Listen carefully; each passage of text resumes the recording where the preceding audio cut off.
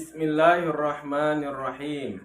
Assalamualaikum warahmatullahi wabarakatuh. Innal hamdalillah nahmaduhu wa nasta'inuhu wa nastaghfiruh wa na'udzu billahi min shururi anfusina wa min sayyiati a'malina.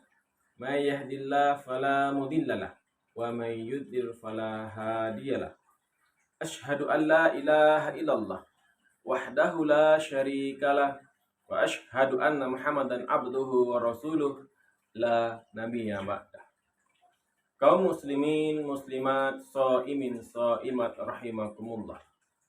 Alhamdulillah, pada kesempatan hari ini kita masih diberikan kesehatan dan juga kesempatan sehingga kita bisa melaksanakan ibadah di bulan suci Ramadan kali ini. Salawat dan salam tak lupa kita hadirkan ke atas Nabi. Allahumma sholli ala Muhammad wa ala ali Muhammad. Assalamu alayka ya Rasulullah. Assalamu alayka ya Habibullah. Kaum muslimin muslimat shaimin shaimat rahimakumullah. Pada kesempatan hari ini saya akan membahas suatu tema yang berjudul makanan halal dalam Islam.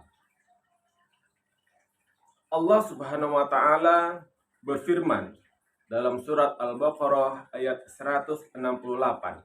A'udzu billahi minasyaitonir rajim. Bismillahirrahmanirrahim.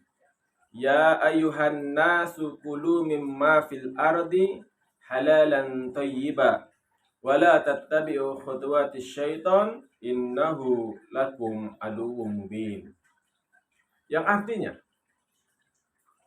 wahai manusia, makanlah apa yang ada di bumi yang halal lagi baik, dan jangan mengikuti langkah-langkah syaitan. Sesungguhnya setan adalah musuh yang nyata bagi manusia. Melalui firman Allah SWT ini, tentunya kita diperintahkan oleh Allah Subhanahu wa taala untuk memakan makanan yang halal dan lagi baik. Definisi halal dan baik ini tentu sangat luas. Karena ada makanan yang halal tapi tidak baik, dan sebaliknya ada makanan yang baik tidak halal. Maka definisi ini tentunya ada dua hal yang harus kita perhatikan, yaitu halal dan juga baik. Kaum muslimin muslimat shaimin shaimat rahimakumullah. Adapun syarat dari makanan yang halal itu memenuhi kriteria beberapa hal. Yang pertama adalah bahwa makanan tersebut adalah halal secara zatnya. Dalam surat Al-Maidah, Allah Subhanahu wa taala berfirman, surat Al-Maidah ayat 5. Hurrimat alaikum maitatu wa damu wa lahmul khinzir wa ma'hilla li ghairillah bih, dan seterusnya. Melalui ayat ini Allah mengharamkan memakan daging babi, darah, dan khinzir, anjing dan babi. Maka melalui ayat ini jelas bahwa zat-zat yang telah disebutkan di ayat ini jelas haramnya. Selain dari zat tersebut haram, maka makanan halal juga harus melalui proses yang baik, proses yang halal.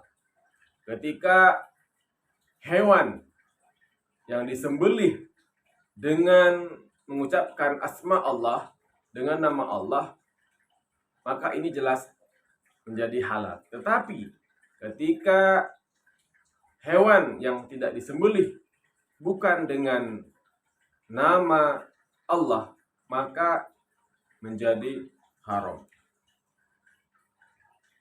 Selain dari zat dan memprosesnya, maka ada satu hal lagi, makanan yang memenuhi kriteria halal, yaitu cara mendapatkannya. Walaupun barang-barang tersebut halal, tetapi ketika cara mendapatkannya tidak halal, maka hukumnya berubah menjadi haram. Kenapa bisa? Hal ini termaktub dalam firman Allah surat An-Nisa ayat 29. A'udzubillahi minasyaitonirrajim. Bismillahirrahmanirrahim. Ya ayyuhalladzina amanu la ta'kulu amwalakum bainakum bil batil illa an takuna tijaratan antaradin minkum. Orang-orang yang beriman, janganlah kamu makan harta sesama kamu dengan cara yang batil, dengan cara yang salah, kecuali perniagaan atas dasar suka sama suka. Dalam hal ini, banyak cara yang bisa dilakukan oleh manusia. Katakanlah barang yang didapatkan dari hasil mencuri, maka ini jelas haramnya, walaupun zatnya adalah halal. Kedua, dengan cara transaksi yang mengandung unsur magharib. Apa itu magharib? Yang mengandung unsur maisir, yang mengandung unsur gharar, dan yang mengandung unsur riba. Apa itu maisir? Maisir adalah perjudian. Ketika harta kita dapatkan dari perjudian, maka ini adalah termasuk hal-hal yang diharamkan. Walaupun secara kasat mata bahwa barang yang didapatkan adalah halal. Selanjutnya, yaitu gharar. Apa itu gharar? Yaitu ketidakjelasan. Dalam hal ini ada beberapa hal unsur gharar. Yang pertama karena dari sisi kualitas. Yang kedua dari sisi kuantitas. Dan yang ketiga dari sisi harga. Dari sisi kualitas, katakanlah ada pedagang yang menyampaikan barang bagus, disampaikan bagus, alhamdulillah. Namun barang yang tidak bagus disampaikan bagus. Maka ini tentu ada unsur keghororan, ada unsur penipuan. Dan yang ketiga adalah adanya unsur riba. Ketika kita mendapatkan barang dari jalan-jalan riba. Apa itu riba? Riba adalah tambahan pada hutang piutang atau yang terjadi pada transaksi keuangan yang berbasis konvensional, maka ini jelas mengandung unsur ribawi. Kaum muslimin, muslimat, shaimin, shaimat rahimakumullah. Perkara makanan halal tentu sangat kita perhatikan. Katakanlah ketika kita untuk kehati-hatian kita, ketika kita membeli produk, maka lihatlah label halalnya, label halal MUI-nya, ada BP POM, Badan Pengawas Obat dan Makanan, juga harus kita perhatikan. Adakah mengandung unsur-unsur yang haram? Tentu kita harus berusaha semaksimal mungkin. Beda kalau kita tidak tahu bahwa ada zat yang terkandung di dalamnya, maka ini bagian dari rukhsah atau keringanan. Selanjutnya, kita juga harus berhati-hati karena perkara makanan ini akan menjadi darah daging kita.